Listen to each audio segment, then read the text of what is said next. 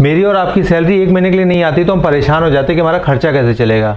तो सोचिए कोई आदमी 15 साल तक एक ही काम करता रहे और उसे उस काम का एक भी पैसा ना मिले तो क्या उसका जीवन चल सकता है? यूपी के पीडब्ल्यू विभाग के एक इंजीनियर ने इस बात को साबित किया है कि बिना सैलरी के भी कई सालों तक आपका जीवन बड़े आराम से चल सकता है। 2010 में इंजीनियर साहब के कुछ पेपर्स मिसिंग हो गए थे जिससे उनकी सैलरी उनके अकाउंट में आना बंद हो गई थी।